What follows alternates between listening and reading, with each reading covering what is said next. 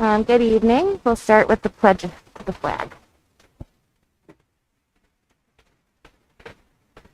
I pledge allegiance to the flag of the United States of America and to the republic for which it stands, one nation, under God, indivisible, with liberty and justice for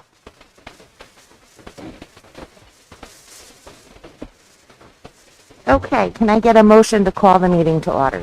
Motion. All in favor? Aye. Can I get a motion to approve tonight's agenda? Motion. Second. All in favor? Aye. Yeah, I thought it was him, but maybe not.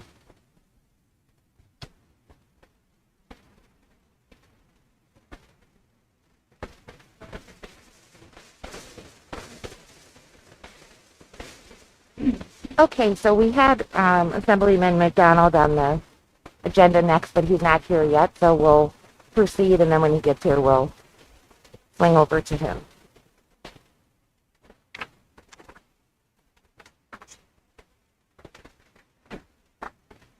Okay, student council reports. Do we have anybody? Okay, so no verbal, just a written. All right, so that's I went to the noted. meeting today. You want to give an update? Yeah, well, I was very impressed. The president was very articulate and great ideas. There weren't a whole lot of kids there, but they had apparently a week or sometime a few weeks ago or whatever, they had where people made suggestions for improvements for the school, and today they talked about solutions. Some of them are very good. A couple of key items were the food at the cafeteria, and then they explained some projects they have coming up. They're planning a food drive, and they're going to have the dress day on Wednesdays. They're going to collect the money. That's going to be for the Ronald McDonald House, and there were some other things there. But I was impressed with their enthusiasm and their ideas and stuff. I enjoyed myself. Oh, good. Yep. Wonderful. Well, thank you for the update. All right, first public comment. Anybody? Mr. Tracy? Yep, sure.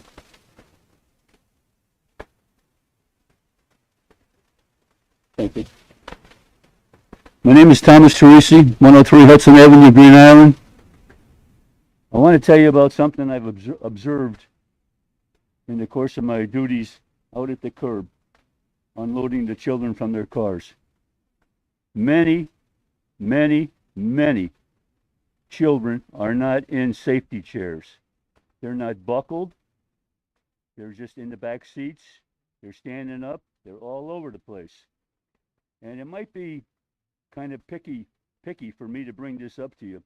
But the thing is, you're going to be very upset if one of these days a youngster goes flying over that back seat into the windshield, and they will definitely smash the windshield. They'll definitely get a concussion. They'll probably get glass fragments in their eyes. They might get soft tissue injuries to their bodies. They might crack a rib. That broken rib could go into their heart. There's a lot of things that can happen. Now you figure in Green Island, we're only going 30 miles per hour. Not so fast. But the thing is, at 30 miles per hour, two cars coming together, now you have a crash speed of 60 miles per hour. Death probably is very much possible. So the reason why I'm bringing this up is because I would like for the school to include some of the information I'm giving you right now in their weekly notice, their email notice. Is it going to do any good? I don't know. I hope so. But I'll know in the future whether or not I still see the kids, no car seats, not buckled in, not safe at all. Thank you very much. Thank you, Mr. Tracy. Anybody else for public comment tonight? Can you hear me? Oh, sure. Yeah, we can do it now.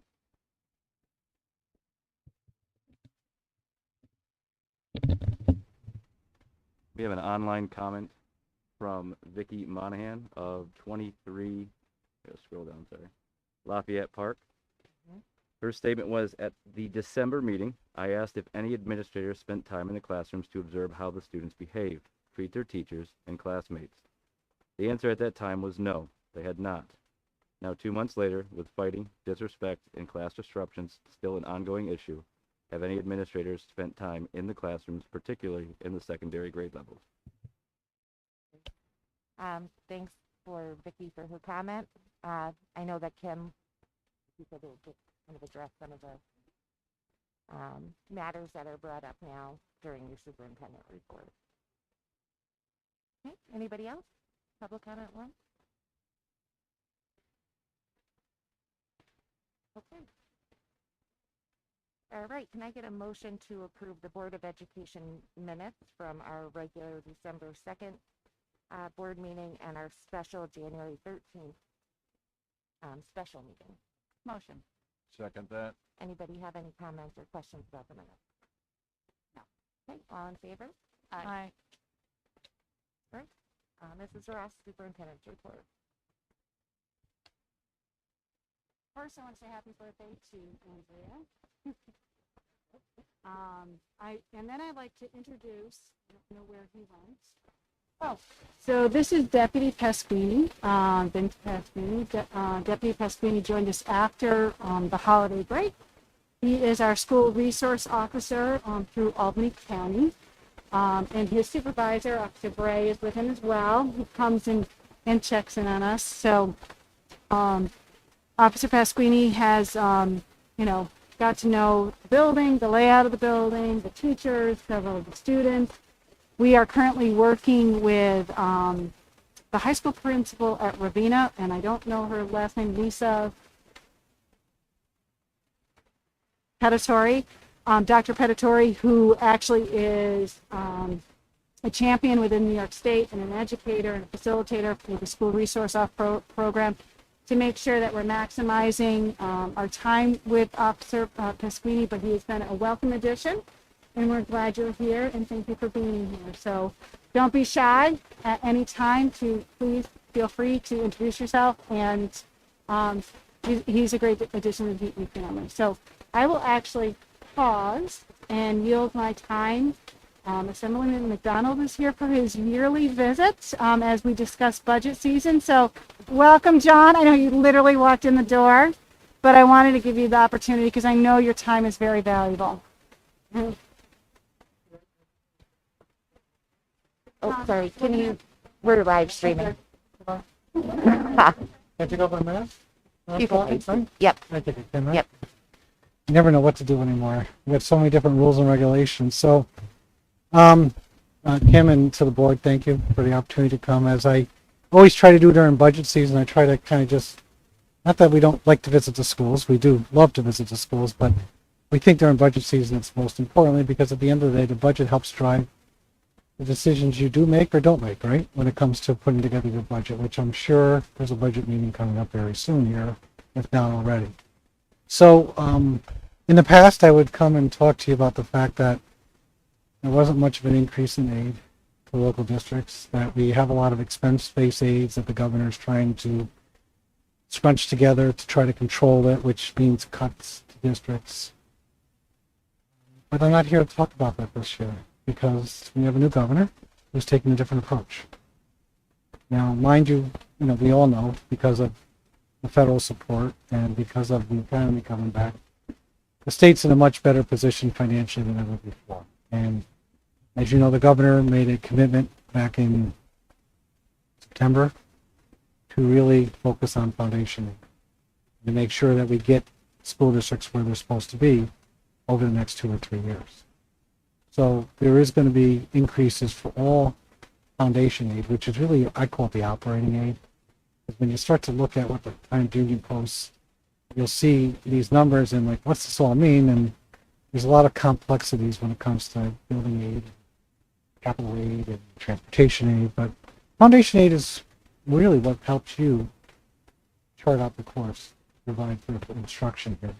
So, there's about almost a 5% increase, which is more than what it's been in the past. I think we wish we could be more. And as I will say every year, this is the starting point. This is where we are starting so far this year. We're not really dealing with a lot of the other nonsense we've dealt with in the past about fighting other things and negotiating away other things. One of the other programs that we're still trying to get a good handle on, but I think couldn't come at a more timely point in our society, is and it's money, state money that's going to be added to the budget to match up with the federal funds to help, particularly in the areas of mental health for the students.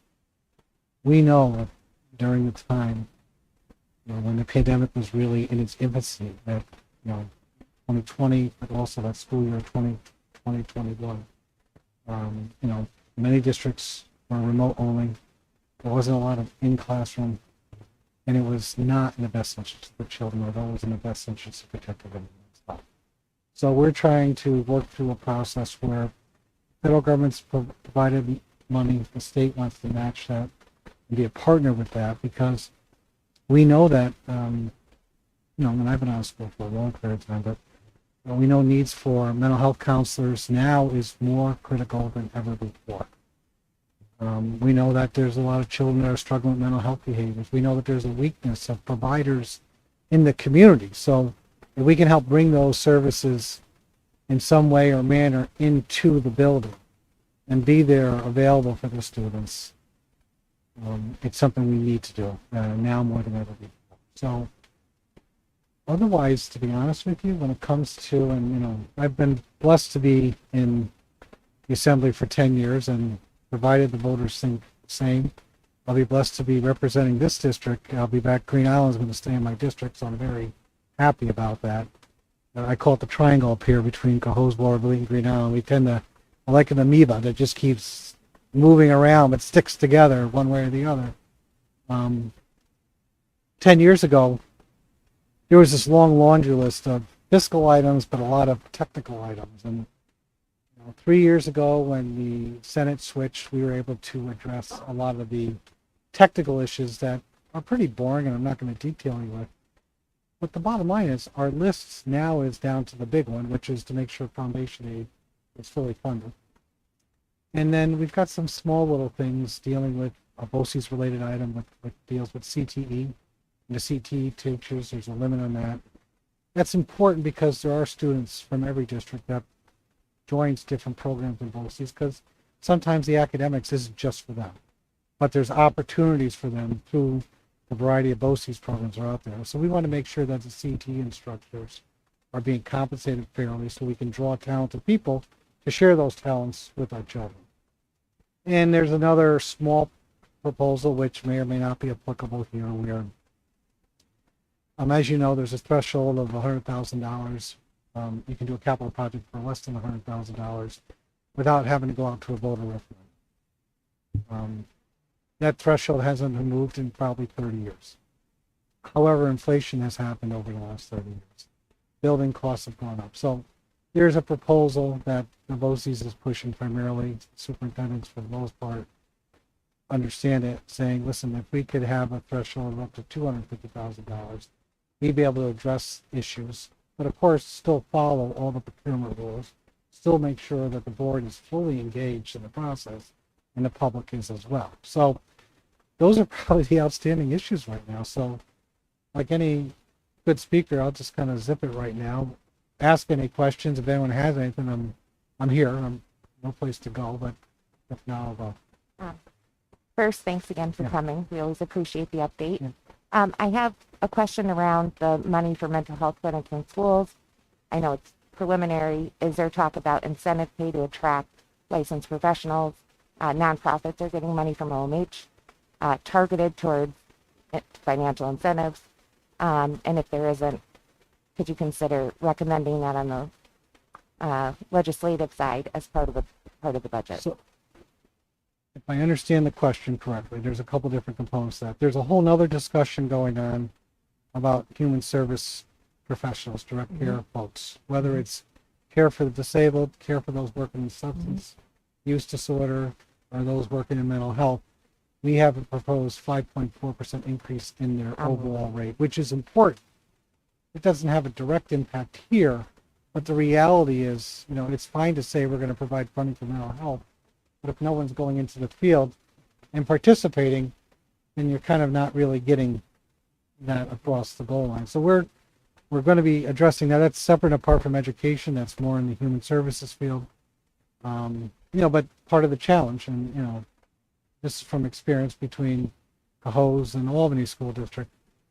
They have, Watervliet and Cohoes, they have, Watervliet and Albany has school-based health centers. They actually have health centers in their school. Right. Might be a difficult one to pull in a small district like Green Island, to be honest with you. However, in Cohoes, a little bit bigger, but same concept. Years ago, there was funding where Northern Rivers, the old Parsons, for those of us like me over the age of 50 know them as Parsons, were able to bring in mental health counselors into the school. Actually set up could set up an office, make sure that we're stigma free to provide that opportunity. So there's opportunities like that. That's going to really focus on us doing our part with providing a good match on one end on the education side, but on the other end, making sure that we're funneling resources so that Northern Rivers has the ability to hire more people. It's very difficult, and we're having a very technical licensing discussion at the state as well. That's been going on for 20 years, by the way, in regards to the fact that, I think we will all prefer that if someone's struggling with mental health, your first choice would be to have a psychiatrist or a psychologist.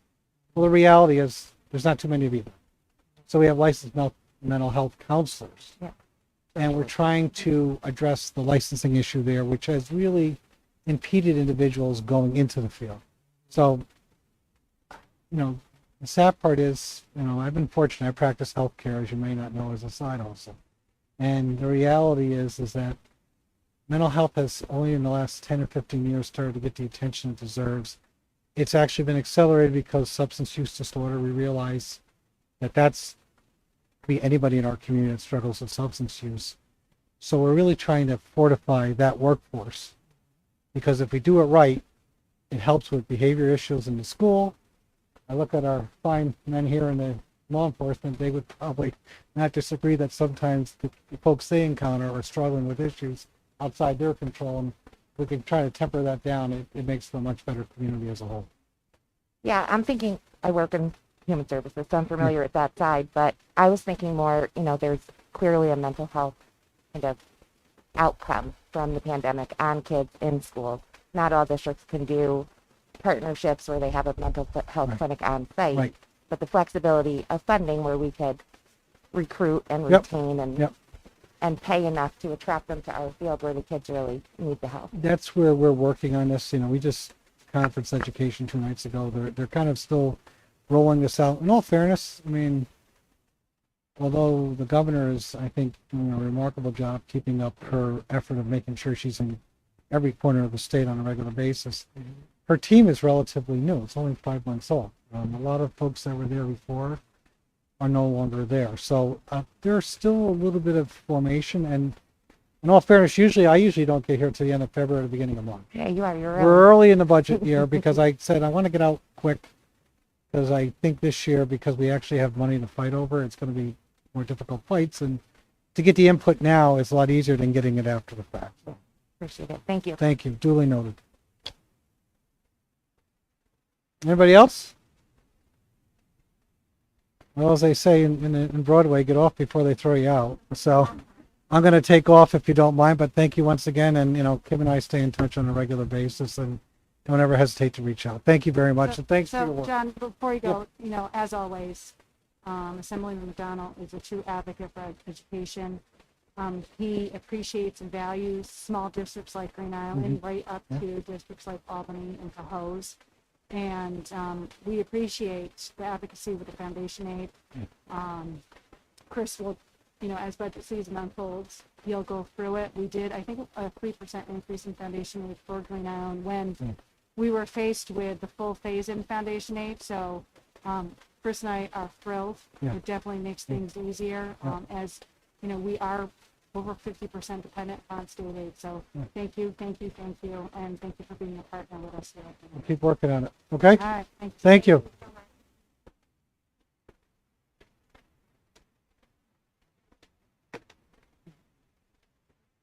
I'm good. Mr. Can resume the superintendent's report. Nancy, I only have about 15, 20 minutes worth. Okay. Um, all right, so just want to spread the good news that State Ed actually approved our capital project. Yay. Yeah, there was a delay because they are short-staffed. Pre-bid walkthroughs started today.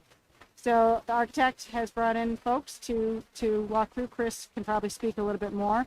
So we're very excited. And the big items, just to remind everybody with the capital project, is that in addition to hardening our security, meaning replacing doors and the hardware on it so that teachers can push from the inside, there's other things that, the outside is going to get a facelift between, what's it called when you do the stuff between concrete? Pointing. Repointing, thank you. They're repointing a lot, as well as like sandblast cleaning it, so the outside's going to get a facelift.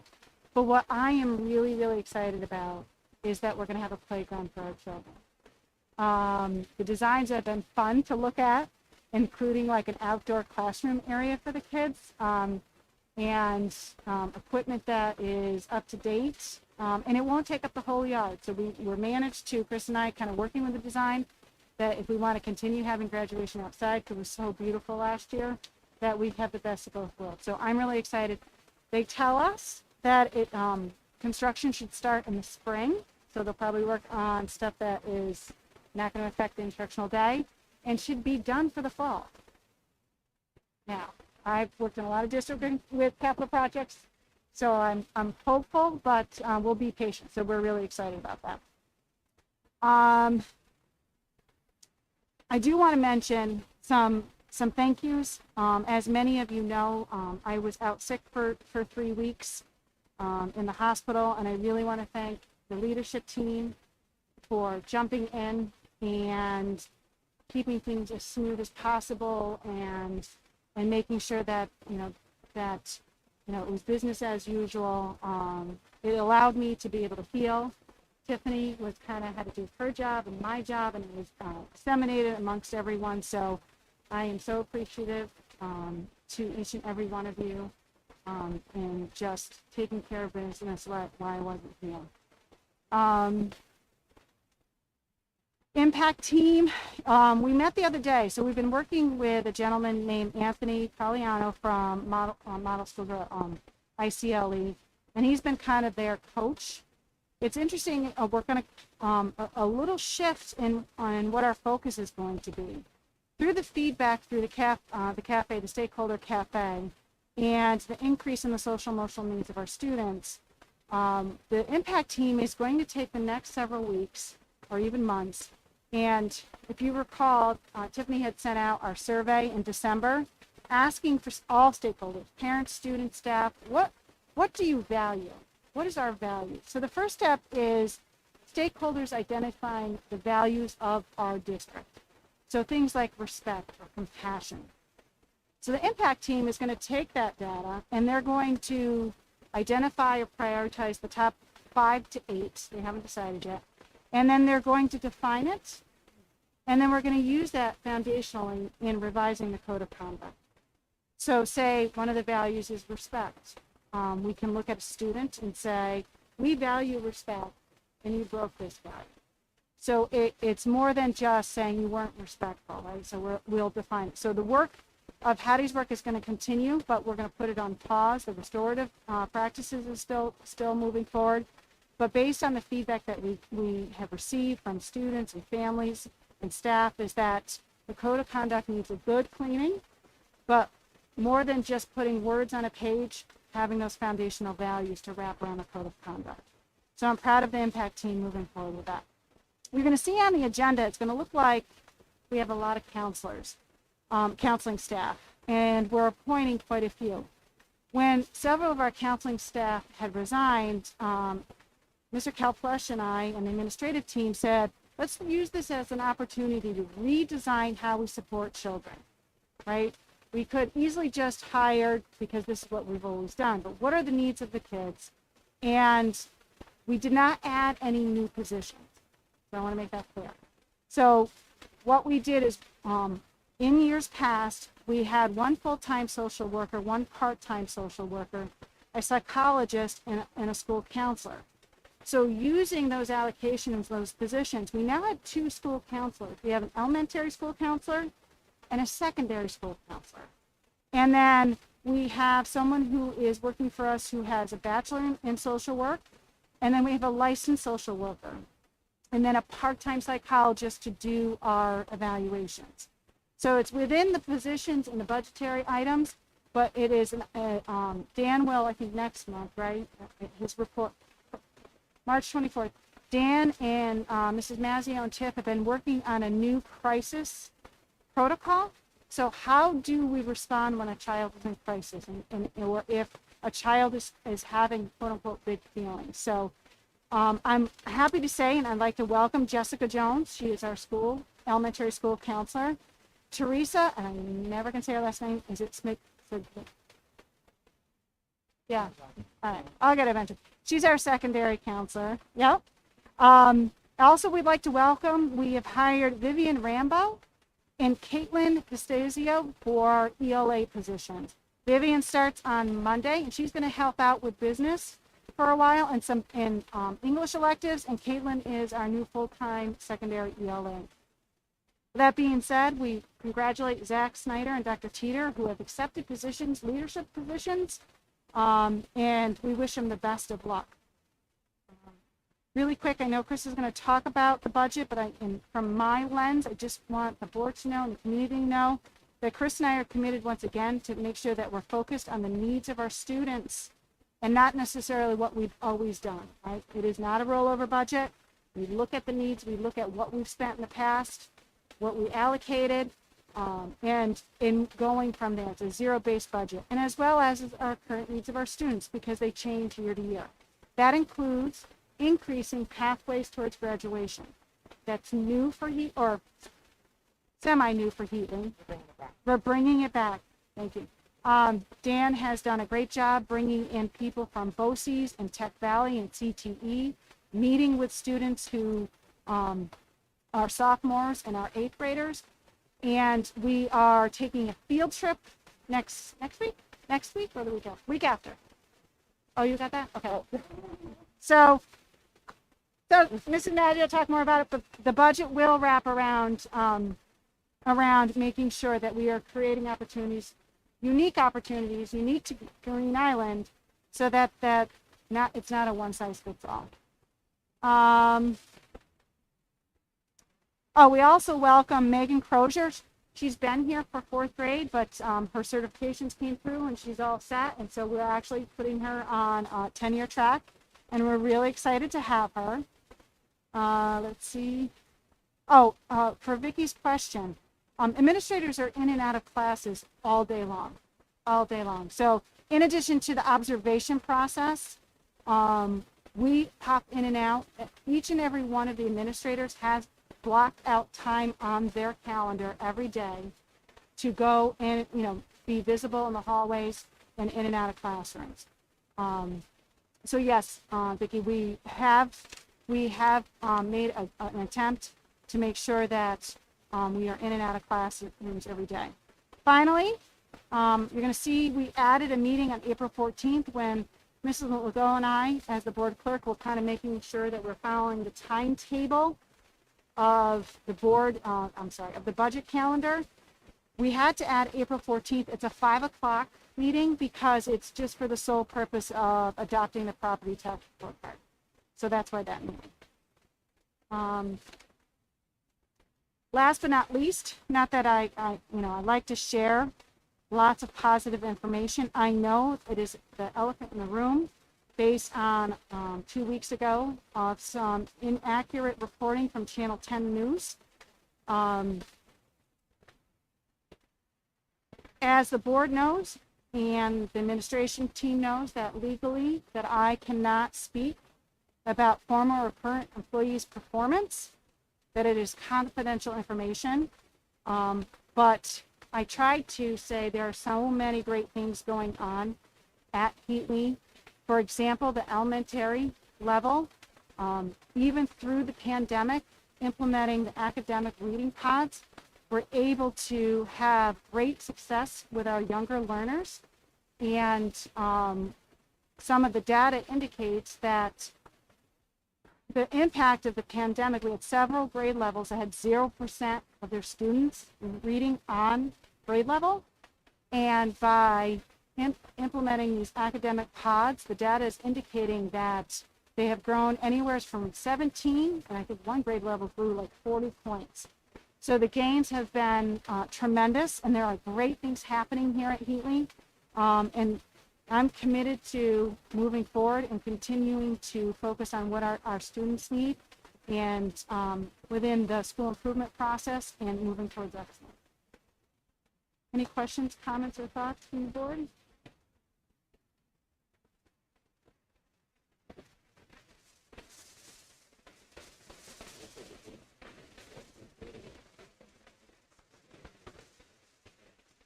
Heard that term before. So we're required to The have, foster care Yep. liaison, that's something new. no, it's not, actually. I never Yeah, heard no, of so it. a foster care liaison, as students either come or go in the foster system, we're required to have somebody who takes, it's a 2999 form, I think it's called, and contacts either the district the child's going to or came from. And so Okay. Alyssa's our social worker, and so historically the social workers, because it's confidential information. And one of the pieces about foster care is that if a foster student comes to us, their home district, we can we work with them to charge them tuition, but as well as the flip side. So if one of our students goes into foster care, the district that they go to can charge us tuition. All right, I get the gist of that. Thank you. You're welcome. Thank you. I just, while you're looking, I just wanted to thank you for bringing up some of the successes at Heatley. School improvement is hard. It's hard for any district going through the process. We knew that when we started. And we did, reach out to the community, to our faculty, to students in different formats and said, school improvement is hard, change is hard, but this is the path we have to do better as a district. And so I am glad that you brought that up. Many school districts have seen academic slides during the pandemic, and the fact that our growth occurred at a time when every other district is seeing a slide is a testament to that school improvement can work. We have more to go, but I'm just very happy that you highlighted that. I'm very proud of the teachers and the administration that worked so hard on that. And it's easy to hear a bunch of negative stuff. That's sensationalized. That's what the news loves to hear about. That's what people want to talk about. But there are good things happening despite challenges. And I'm glad you highlighted those as well. And I want to say thank you because, they always say the squeaky wheel gets the oil. We have so many committed and dedicated teachers at Heatley. It is the majority of our teachers. They care for their students. They go above and beyond for their students every day. And it's sad because they are overlooked when there's a lot of negativity out there. And, unfortunately, with the misinformation and inaccuracies, I try to explain that state ed puts these requirements on us with the school improvement process, and they're not easy and they're not fun. And again, I can't comment on former employees' performance, but I do, with the bottom of my heart, we have so many phenomenal teachers at Heatley that go above and beyond, who are positive, who after the report came out, came to me in droves. I was actually supposed to be home that day, still sick, but I came in, and it was overwhelming, the amount of teachers that came and said, we completely disagree with that news report. We don't feel that way. And their hearts are broken because it portrays our district in a way that is not how everyone feels. But again, negativity is always more interesting. And so I thank the teachers who are here and who continue to stay positive and embrace change and are willing to grow as lifelong learners. Any other questions? Yeah, I got another one about 8 -03 and 4 and 5, the one where I've never seen this before either. Then where we're going to, which is not approval of nominating people for the Boces Board of Education, and So every capital region Boces district, like that? I understand they have a board, but I've never seen us do this before. Is this? Oh, yeah, we've done it I don't every know. year. Yeah. But we I always, guess I never asked a question about it before. I don't, Sometimes or there's it an wasn't, entire- it wasn't, I don't know, presented quite this way. I wonder if in the past we used to get like a little booklet that had the slate of candidates, Right. and that it was a hard Yeah. document, and maybe that's Well, what's this is, different. yeah, it just, it's brought to us in a different, or at least Yeah. to me in a different way. It and, is, yeah. It's all right. And it's nice to see that somebody from Ward of Lead is involved in this. So we got Westerlo and a couple of these other places out and about, but it's nice to see a local person do that. Yeah, very good. And let's see, there was one other one, and then I'll be quiet. Amy Smeed's a parent engagement event coordinator. I don't think I've ever seen that before either. So, Parent engagement event coordinator. We're going to have an event or something? no, so we actually, all of this, as you're talking more about it, we did have one of these last year. So in an effort to increase parent involvement and parent engagement, which is part of the school improvement process, it is obviously a very prorated small stipend, but we did have it last year. So we did like pumpkin and gingerbread house. Oh, okay. All right. So All right. I recall that now. we'll All right. I talk just, more about it. sometimes I have trouble with the, the way it's called, if Right. you will. You know, like the tapestry and a couple other things there. Well, we like to be fancy around here. Yeah. All right. Yeah. And while I'm at it, well, I'll wait for, Mr. Carwell on this gentleman Yep. here. All right. That's all. Thank you very much for explaining that You're to me. welcome. All right, Mr. Carwheel, you're up business manager report. Okay, so as Kim said earlier, the capital project was finally approved on January 27th. We did do the pre-bid walkthrough today. We had probably 7 or 8 contractors that came in, took them through every single floor. Unfortunately, due to the weather, they couldn't do a whole lot outside of the building or up on the roof. But they do have the scope of the work and the plans from the architects. So that was published on January 29th until February 5th, and then the bid process will start. So that'll be bids will be good for about 45 days. Anybody that's the low bid, CS Arch will go through and vet them to make sure that they didn't miss anything in those bids. And as Kim said, it's probably looking for a spring start. I'm assuming probably May or June. We tried to stay away from using the schoolyard until after graduation. The 2 biggest items with the most lead time are going to be the lift out front and also the playground. So that's the only areas that we could see a little bit of, fluctuation based on supplies. So that's good news. It's moving forward. It's exciting. We don't have a second one noted on there. If we have more contractors that ask for one, I don't see why we couldn't, but it was a relatively easy process today. So Did any of them give you any ballpark on supply chain delays?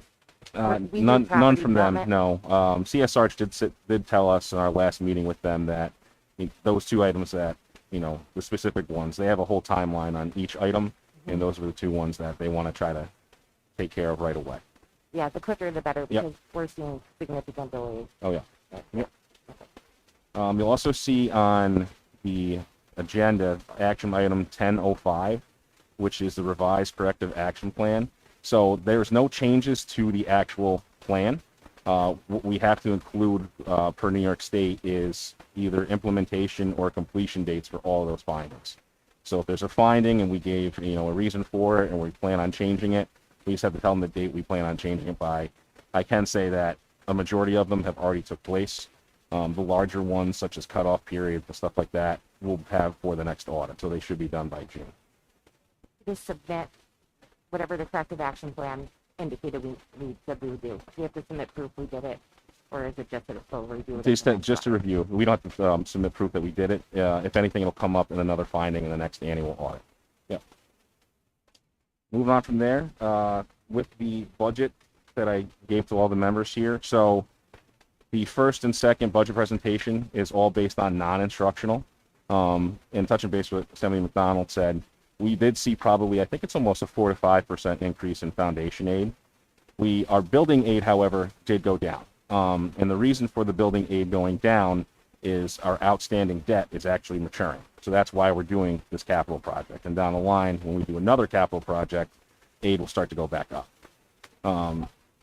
Correct. So, and you'll see in the second part at the bottom there, we have a $320,000 decrease in our debt service payment, and that's showing that. So although we did get less aid, our payment's significantly lower than it was.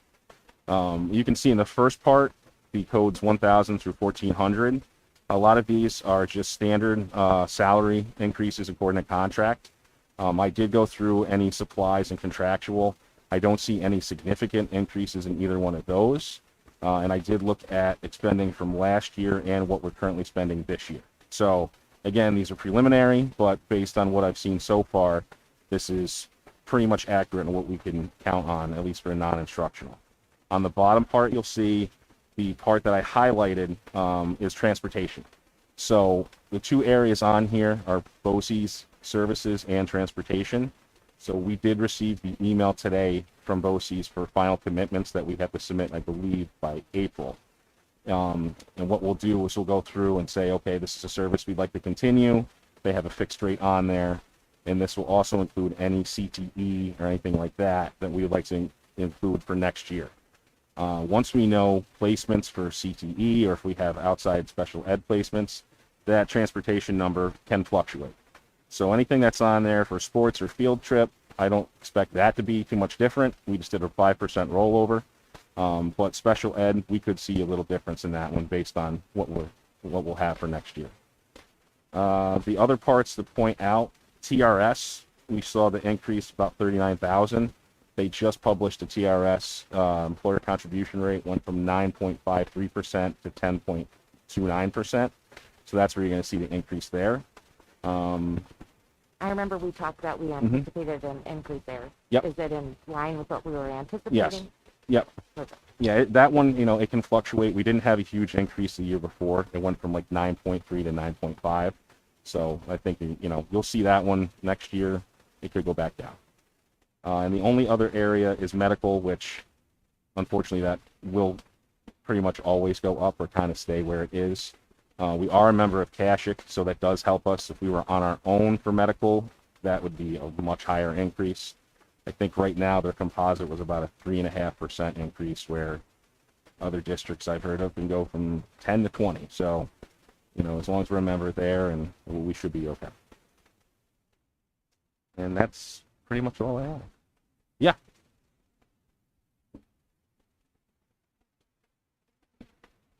BOCES services generates revenue. Mhm. So if we can get services, including special education programs, that it does generate revenue back, which is helpful. So as we want to be fiscally responsible, we want to make sure we're spending money if we can get revenue straight. But can you update the board on two things? One, what we're exploring about transportation. Mm-hmm. And then when the questions about projections moving forward, BPD is coming in April, right? Correct. Yep. So BPD will be coming in April. I'll start with that one first, and they'll do their normal financial projection. They'll take in all of any debt service. That's the one I usually send to you guys that has the breakdown of our current debt and our new debt.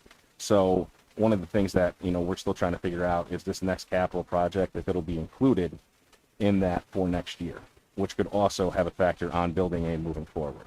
So if we include that, then we could see an increase for next year's building aid. If not, it'll be the year following that. And then on touching on transportation. What determines that? Pardon If me? it's in next year or not? I believe it's based on completion date. Yeah. So that's why we're trying to make the push to get everything done and within that one fiscal year. Chris and I are very committed to it. We want to plan for now, Mhm. but we also want to plan 5 years between the two. So that longevity, the board has a goal about sustaining and longevity. And as far as transportation, we are looking into purchasing possibly a passenger vehicle. So Boces, one of the shared services they have is for vehicle maintenance. So that is another area where we could purchase that service. generate aid on that, and that would also free up some money that we may spend on transportation contracting. So as it is right now, because we don't have buses or anything like that, we have to bid everything out. So if we can take care of a few runs that we can do on our own, we could save some money in spending on that area. There's some runs that are, what, $300 a day? Most of them are usually anywhere from 240 to 300. A day. Yeah. So we're exploring. So we looked into this. Mhm. I don't know if you remember the year, but we looked into this before. There's a whole bunch of regulation Yep. around non-bus transportation of students. Mhm. So, like, an odd one I remember is like you have to, if it's a van, it has to be painted yellow. Remember? So there might be a file, is what I'm saying, of some of the preliminary stuff that we looked at years ago. And I will be reaching out to Mark Jones. Yeah. You know, We He's spoke with kinda- Anita, and it might, and obviously if it's cost effective. And looking at, is it cost effective for us to especially as we're trying to increase CTE pathways in Tech Valley, and more kids would need transportation, would it be more cost effective instead of doing, the $200-300 a day? And the nice thing about the shared services is with the mechanics piece of it, they do the oil changes, they do the brakes, they take care of all of that maintenance of the vehicle, whatever state regs require. And if you have a van versus a small bus, the regulations have shifted. If you are, so say if a coach has a team and they have an away game, and you're a certified teacher, you just have to take this almost like a CPR kind of safety course. You could actually transport your own athletes, right? So you don't need somebody with a CDL. So we're going to look into it. The other thing we looked into that same time period was shared service agreements with local districts that were also transporting Yep. students to the same Yeah, location. so traditionally you couldn't piggyback the contract before. The last couple of years they are allowing that. Right. So actually Dan and I talked about that the other day, possibly looking into if there's runs that maybe Water Elite or Cahoes or somewhere else is doing, if we can share that same service with them. And it's still eligible for transportation. Mm-hmm. Correct. Right, and I think that's a change in the last couple of years. That's all I got. Stay tuned. Yep. Okay. Thank you very much, Chris. Anybody have questions for Chris? Okay. All right. Jody Matthew, Principal's Report. Well, we made it through half the year. So we are just starting the third quarter.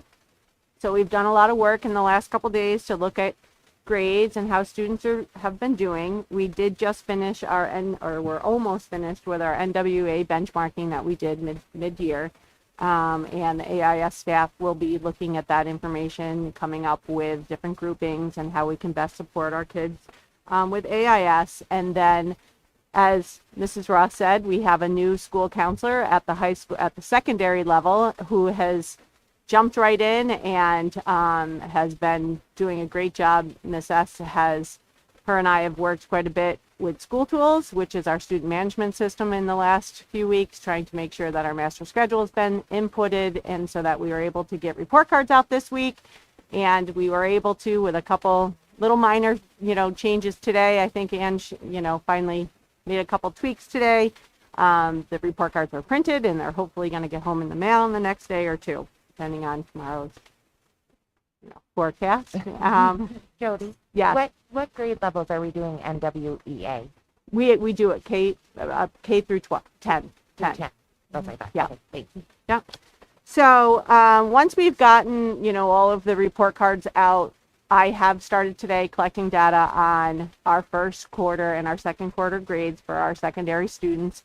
And we are going to start, and Mr. K and I have already had a conversation with Mrs. Littlejohn about scheduling tier 2, what we call tier 2 meetings on students who may be in danger of failing for the year, for those, especially the credit bearing classes, and then also for 7th and 8th grade, just so that we can make sure that we're giving them the support that they need to be successful for the rest of the year. So all of those things have, been in the works for the last week. It's been a very busy week trying to, learn a lot, and I feel like I have a stiff neck because we've been doing a lot of computer work, but we made it through.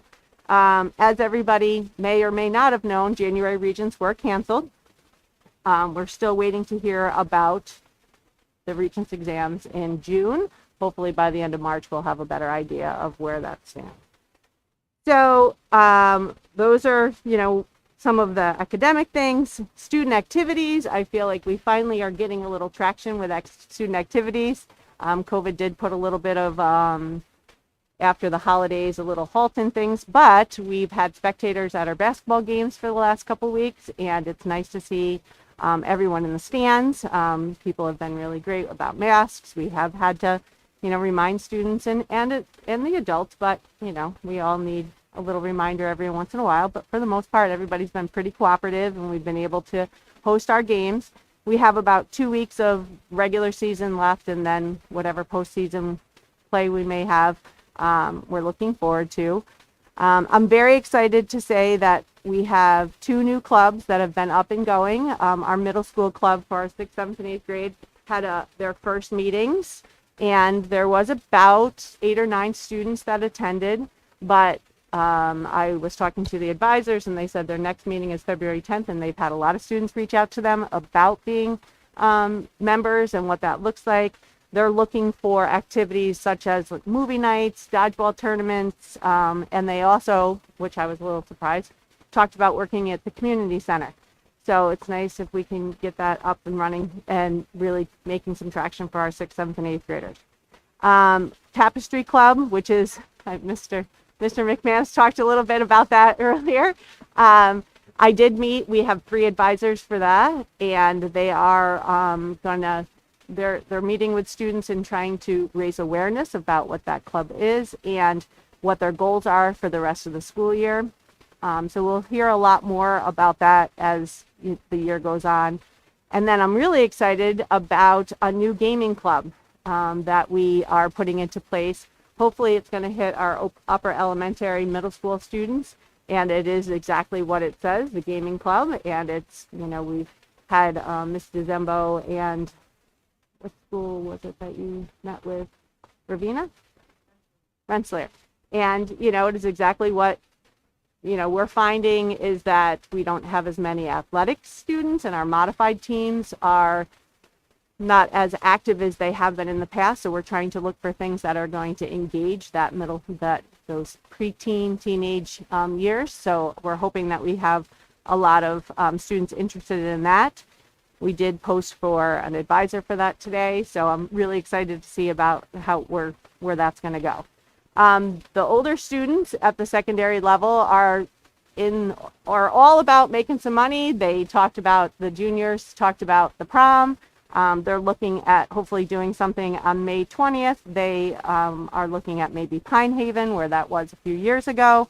And I'm very excited that they are going to co-host or co-organize it with the senior class, because the seniors didn't really have the traditional prom last year.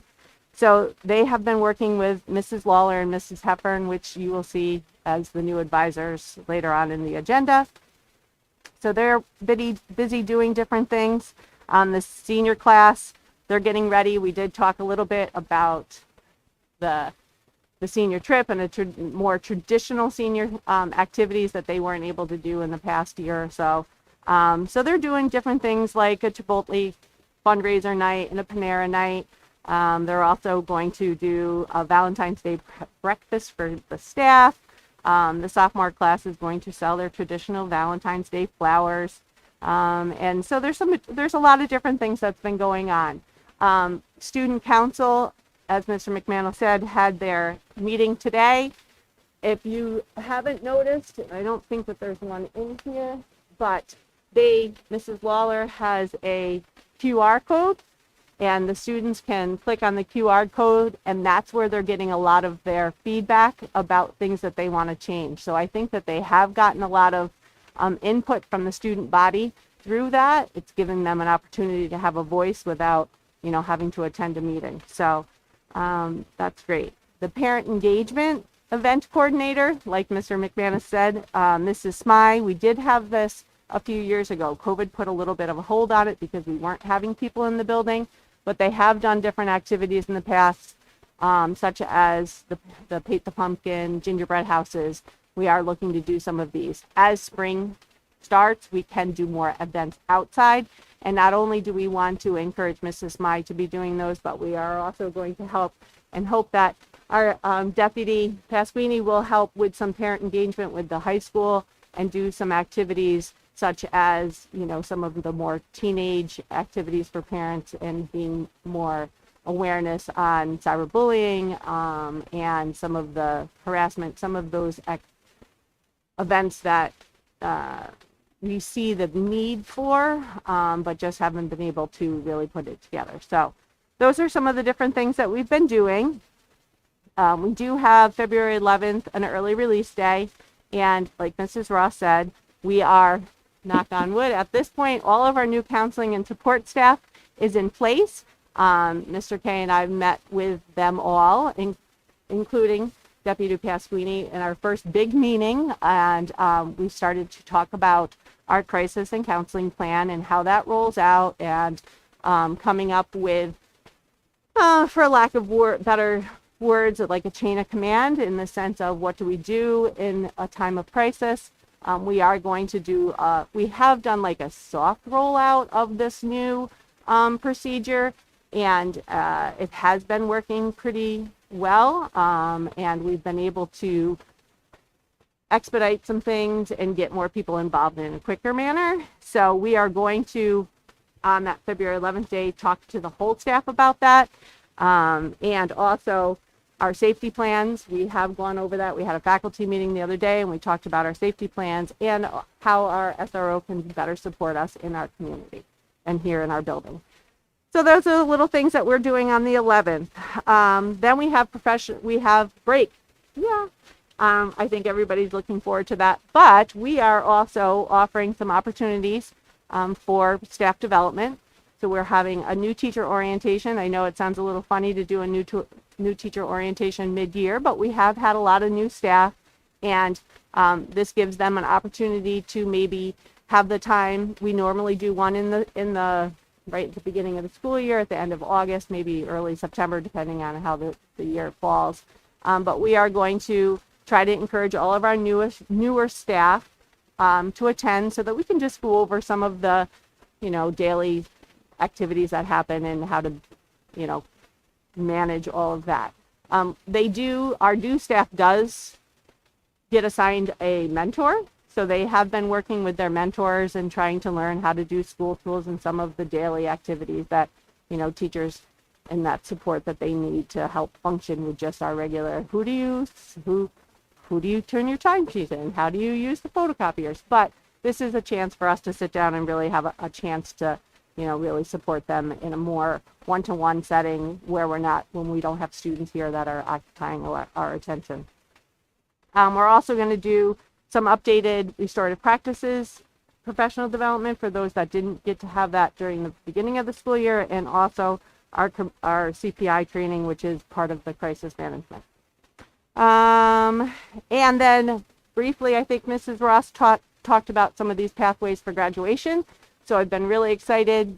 Mr. K has organized, we talked about CTE, and people keep saying CTE. That's the career and technical education that comes through Capital Region Boces. We did have two presenters come in to talk about all the different programs last week. They are very excited at the CTE Center that they have a brand new building that they are going to be starting in September, having the majority of the programs there. They did talk about the Scary campus, and there's a couple programs there, but for the most part, any of our students would attend the brand new campus that's right across the street from the Albany Airport. So we have gotten, I think, 4 applicants already that are interested in the program. The HVAC program seems to be one that they are interested in. Also the automotives and the nursing program. We even had somebody that was interested in the New Visions nursing program. So we've had quite a bit. So we're going to take a look at that. We do have a tour of the campus center slotted for February 17th. So we will be taking whatever students that are interested in there. So that's basically for the sophomore class. So that's a junior and senior year program. And there are some programs that are just senior that are a 1-year program, but most of the programs that go through there are 2-year programs. So the sophomore class did meet that. We did have an assembly for the 8th grade for the Tech Valley School, which is a 4-year commitment. They start in 9th grade, they go all the way to 12th grade, and they have a program. Their building is over in the Nanotech that's across from SUNY Albany, and that, she described it as the ship. It was like a ship, that ship building. So they have a lottery system, so it's a little different for them, for those to get into that program. It's not, oh, you can send 2 students. It's you have an application, they do a lottery system. We had 2 students that were interested in that so far reach out to Miss S, so I'm interested to see where that goes.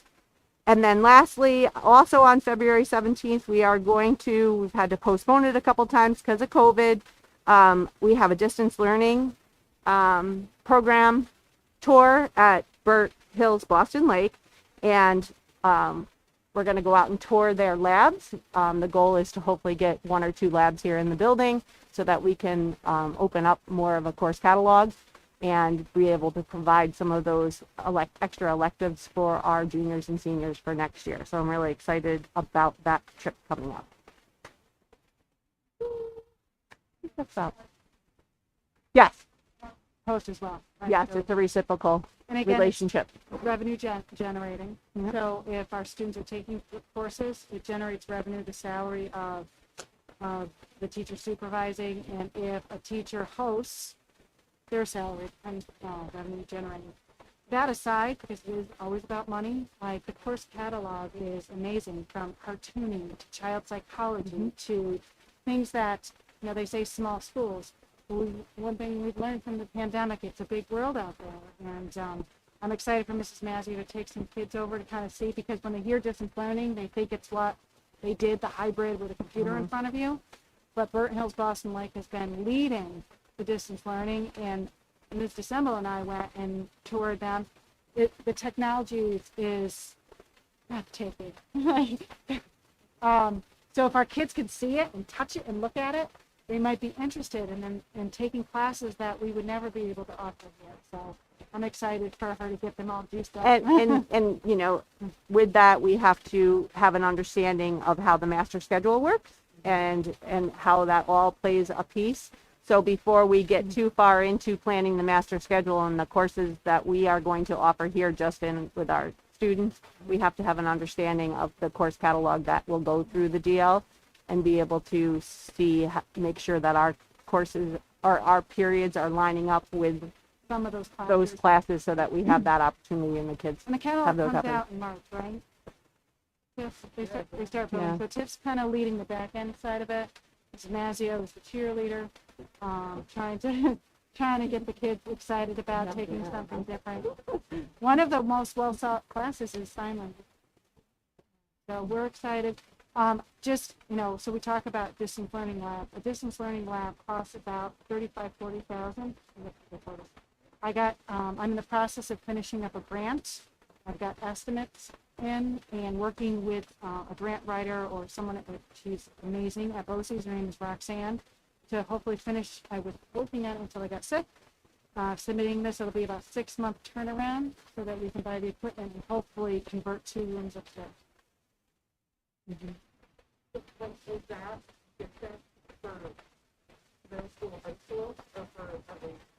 It's distance learning for electives for the high school students. So the classes are geared towards high school. Credit bearing. So I'm so excited to hear about all the additional opportunities we're working to bring to our students. I know that this board's been looking for that and working with various leaders over the last few years to try to get that. Dr. Snyder did a great job of bringing college in the classroom and our faculty stepping up and becoming adjunct professors to deliver the content. But it's wonderful to have other options for students that are looking for additional opportunities. So that's amazing. And I'm also really happy to hear we're doing kind of a new employee orientation. We had a very large staff turnover years ago. And while they had mentors, we didn't do that mid-year orientation. And some of the practical day-to-day things get lost in the shuffle. And I think it'll be really valuable to our new staff that we're doing that this time. So that's great news. Thank you. Anybody have questions for Jody? All right.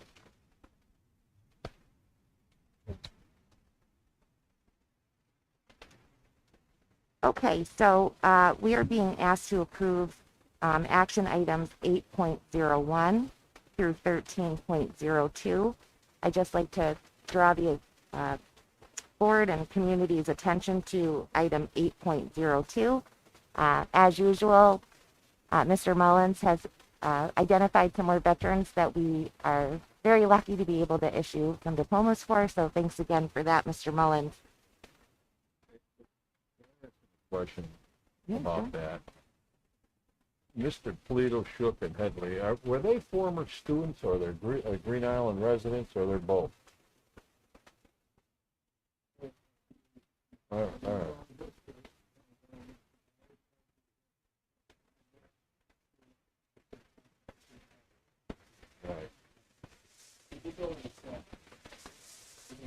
Right.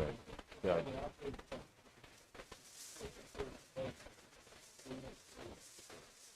Because he was a resident, right?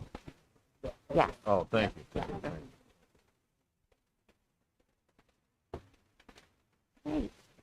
Unless there's any questions on those action items, may I get a motion to approve? Motion. Second. All in favor? Aye. All right.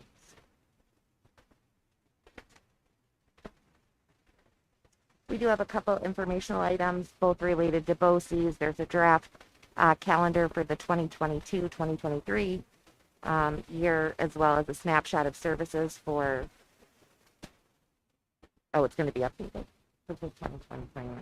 That was what we found. That's, Oh.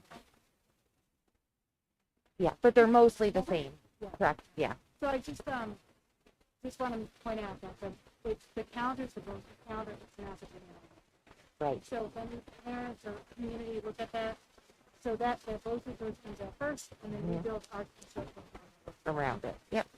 Awesome. Okay, so that takes us to second public comment.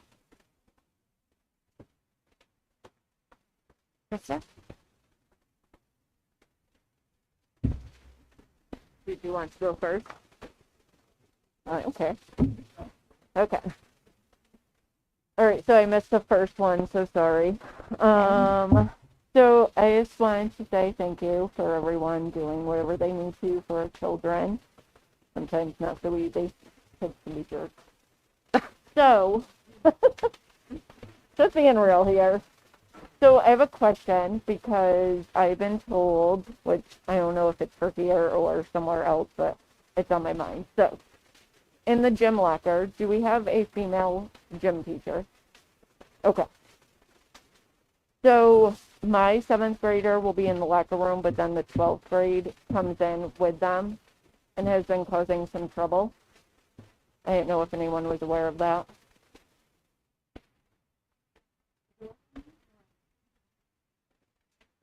Is the board aware of it? Is that what Yeah. the question?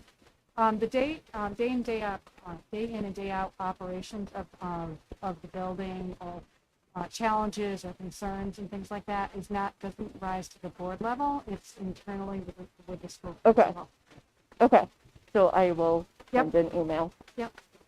And then that's all I think. Thank you, Krista. Thank you, Krista.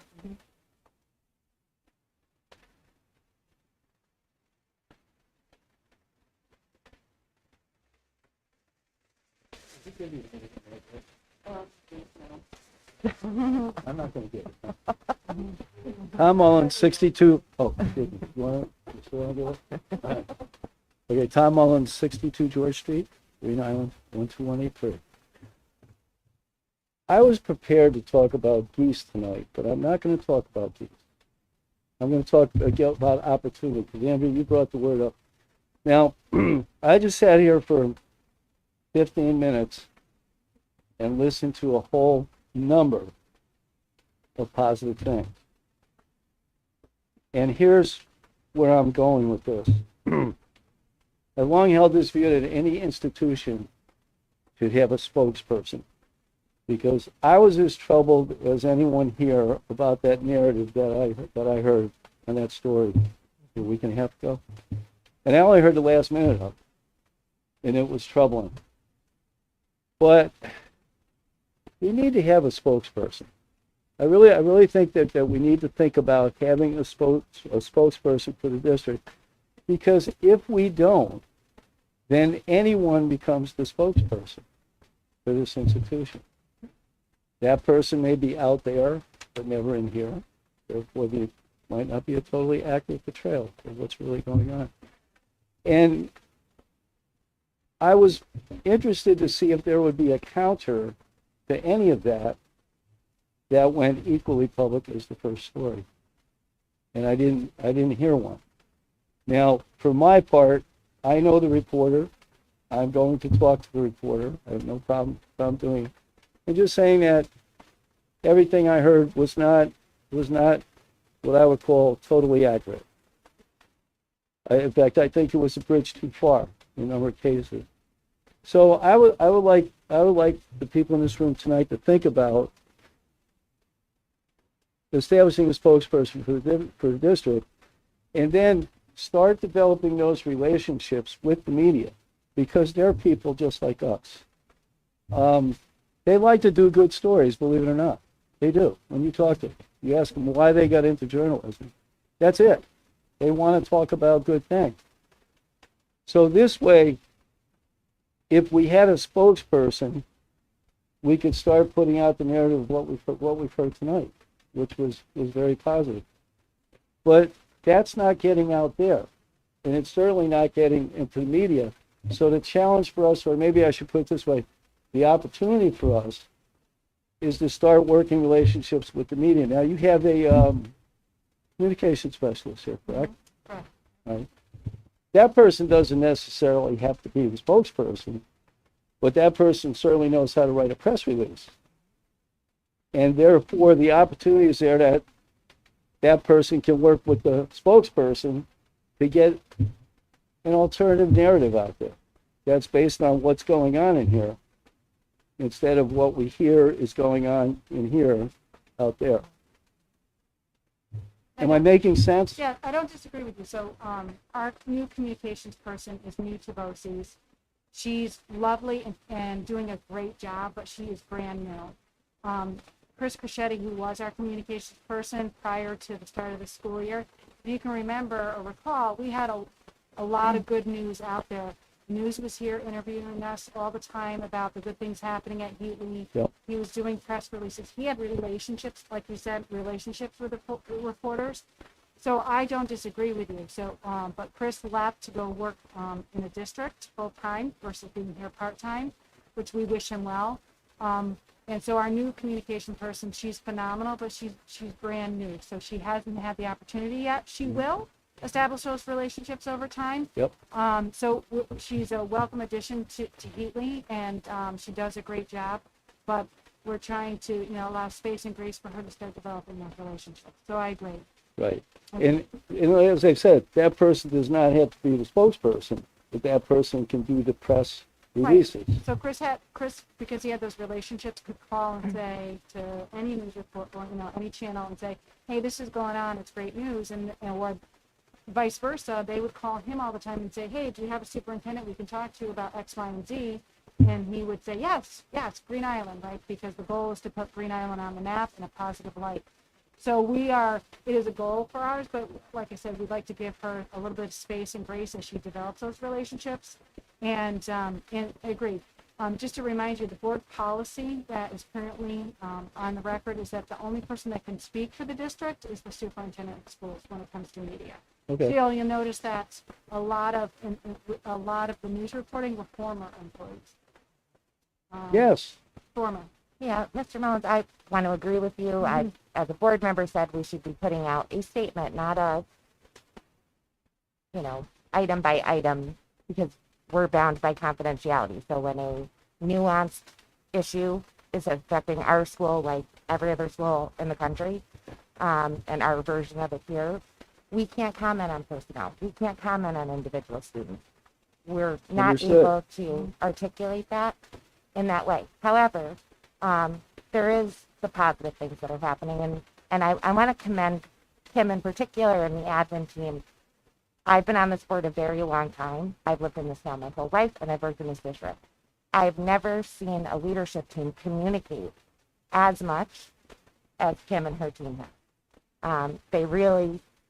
The communication is coming from leadership at the district, Mhm. and I'm appreciative of that. It's a stark change from the entire history I've been affiliated with this district since I was in kindergarten. So I think that's amazing, and I'm grateful for it. But these are tricky times, and all schools are dealing with challenges and similar challenges to us. But we should be commending our faculty and our leaders that are really working very hard to do the right things for kids and for our community. So I appreciate your sentiments. I agree with them. And that's the And goal. That's the ultimate Yeah. goal That's with our the new goal. communication person. Thank you. Yeah.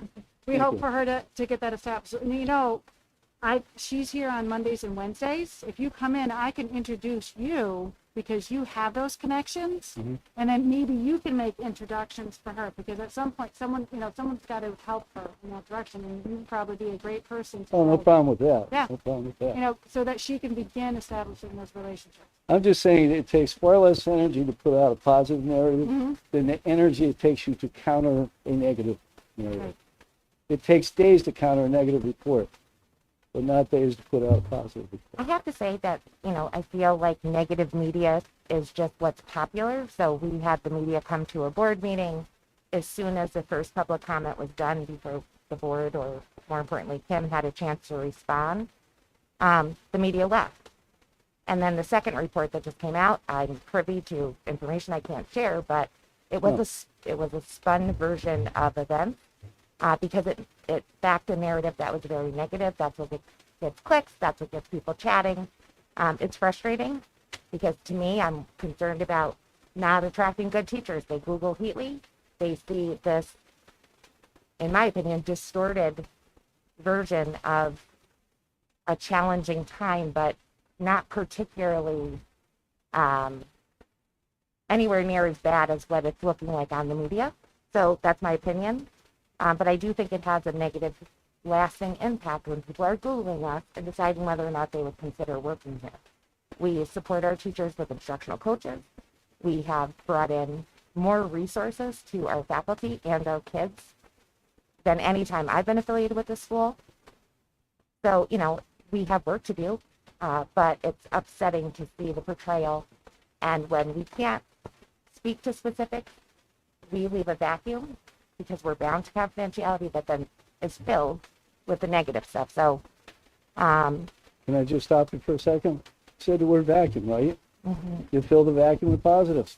Right, that's exactly what I think And we should that's do. that's Yeah. where that's what I'm trying to go with this. I'm trying to be positive. And I appreciate that, and I agree with you. And Mr. Mullins, you're one of the most positive people I know. Me too. And in a meeting, My wife doesn't say that. Oh. She disagrees. Whatever. Disagrees with that narrative. Go ahead. So I did consult with our school attorneys after this came out because when I came in that next day, again, I had just gotten out of the hospital. I should have been home, but I said, no, I need to be here for the staff. And when I was flooded with so many teachers with saying, this is not how we feel. What can we do? Can we call Channel 10? Over and over and over and over again. I consulted the school attorney and I said, we'd like to do, a counter. And she said, she advised, right? I'm not an attorney. So she advised that we wait some time, give it some space, and then start this campaign of promoting. And with the board and myself and some other stakeholder teams are working on a statement of solidarity, a positive statement of like, we're committed to growth. We're committed to keeping Heatley in place. And I may get in trouble for saying this, but as I've talked to some stakeholder teams, we are fighting to keep our doors open. And what's going to happen will be a self-fulfilling prophecy that because now we are under a microscope in all this negativity, that it's going to force us in a position that none of us want, that we're working so hard to preserve a school system for our children of Wheatley. And that's my biggest fear. So I agree with you. So we're just giving it a little bit of space because we don't want to declare war. But our goal is to continue to celebrate the great things, continue to celebrate the amazing teachers we do have here, and that, push forward with school improvement because the children of Green Island deserve it. They deserve their school. As do the teachers and the parents. Yes, yes, great. I was going to talk about geese, but given that you guys are looking at me funny. Once construction starts, You want me to talk about geese? I mean, I was going to just they'll mention move something on. about the geese. I will.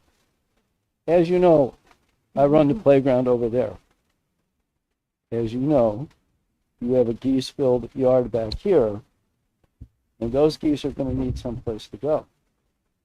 Now, they already know where they're going because they're coming over to my place.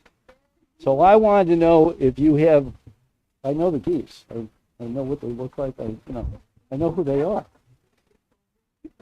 You've named them, right? I wanted to finish on a positive note here. No, seriously though, do you have a geese abatement program for when you put that? 'Cause they know they're getting out of there. You can They're borrow coming to me. Tucker. It's funny, when I interviewed nearly 3 years ago, when the kid interview panel, the priority for the kids was that if you can get rid of the geese, you're hired.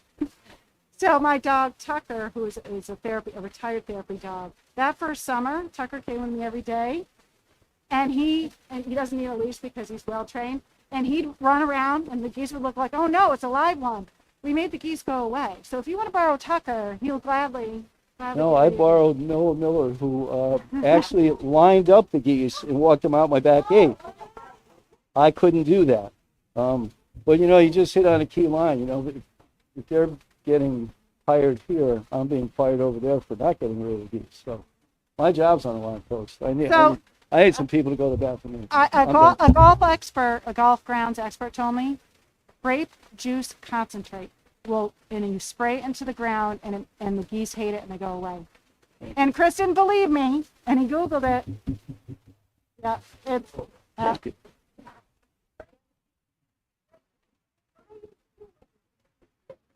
Well, I just want to finish positive because I hope you did that video for.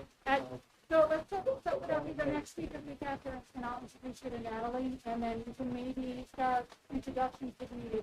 All right, I love it. Thank you, Mr. Mullins. Anybody else for Mr. Tracy?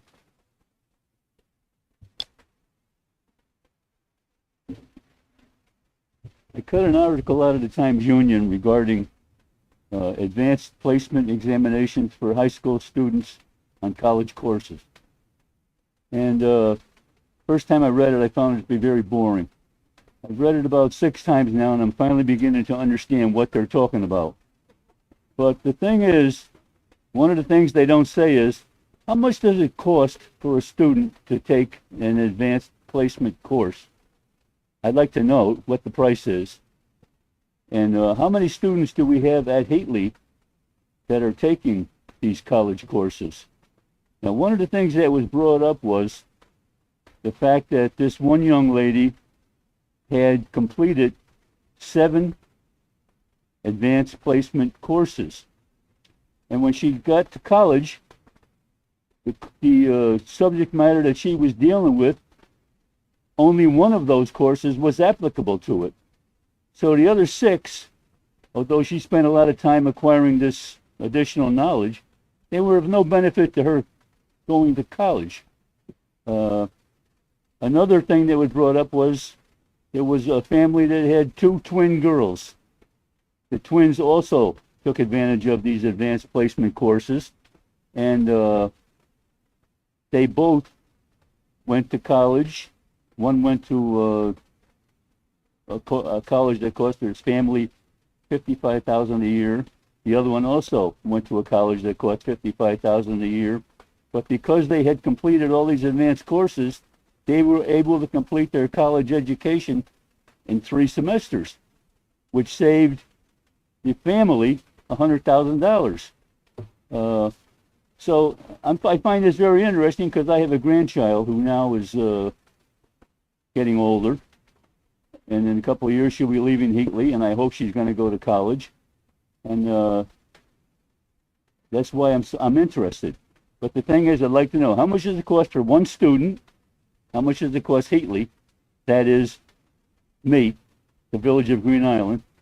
And the other thing I wanted to know was, how many students do we have going to these advanced placement courses? Thank you. Okay, so there's a difference between AP classes and college and high school. I'm sorry, I can't hear you. I'm sorry. So there's a difference between AP classes and college and high school classes. So right now, Heatley doesn't offer any AP classes, but we will have the capability to offer AP through the distance learning. The college and the high school classes vary from year to year, depending on interest of kids. As for cost, that's probably Tiffany or Chris' response, and probably a Mrs. Mazzio, how many kids are actually taking them. So AP classes is advanced placement, and there's a specialty exam. Lots of times kids will take AP classes because when they want to be selected to attend a prestigious university. So if you want to attend a college that is not necessarily a SUNY, but is maybe RPI or MIT, you take a lot of AP classes because they're extremely rigorous, and then there's an exam in May.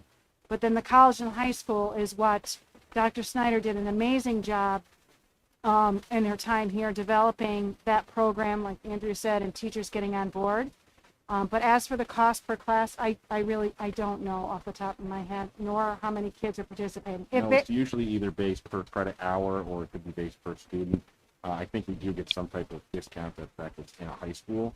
The cost off the top of my head, I honestly don't know. I'd have to check. So it's discounted significantly. So like if I was to go enroll in SUNY Albany, I would have all these other fees that I have to pay in addition to per credit hour. So when I worked in another district, I think for each student to take a class was like $250. I don't know what it's here. So it was about $250. But if you enrolled as a student at SUNY Albany and just want to take one class, you still have to pay the fees. You're still going to pay probably $2,500 to $3,000. Sure. I mean, please clarify. I just want to add too that most of our students here get scholarships because they're free or reduced lunch eligible, and their classes are completely free because of that. Yeah. Thank you.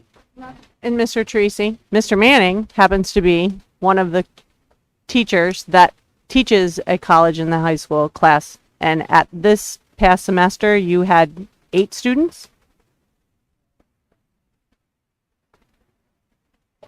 Right. Oh, and Mr. Growley. So depending on how big the senior class is, it is usually a very large chunk of the seniors that are taking college classes.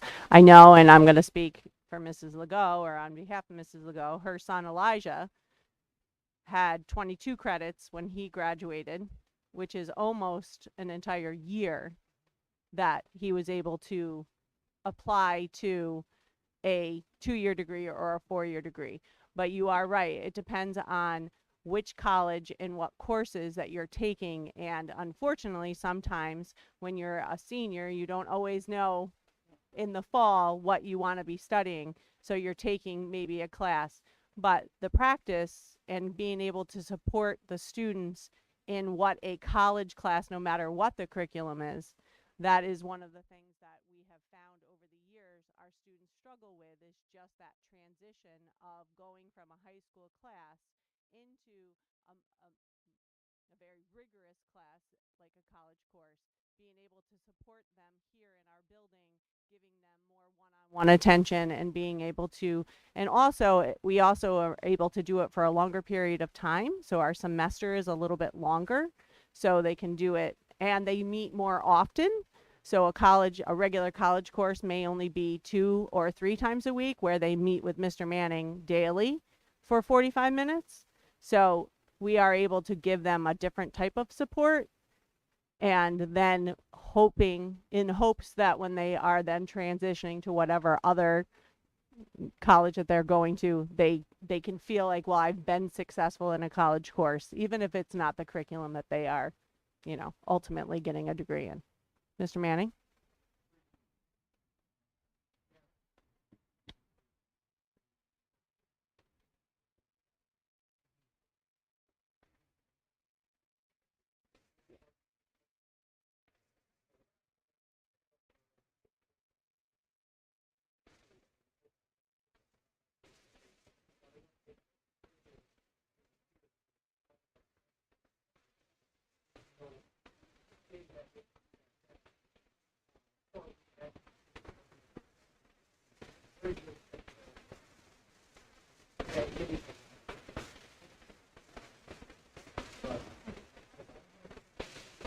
Yeah.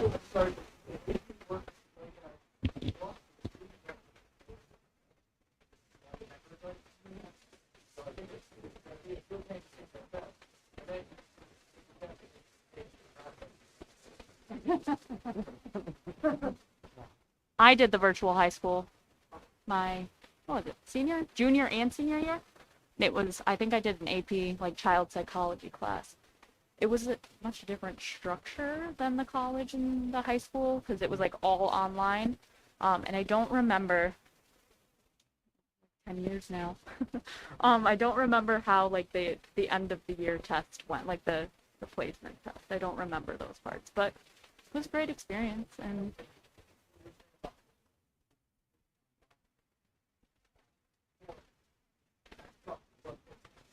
yeah.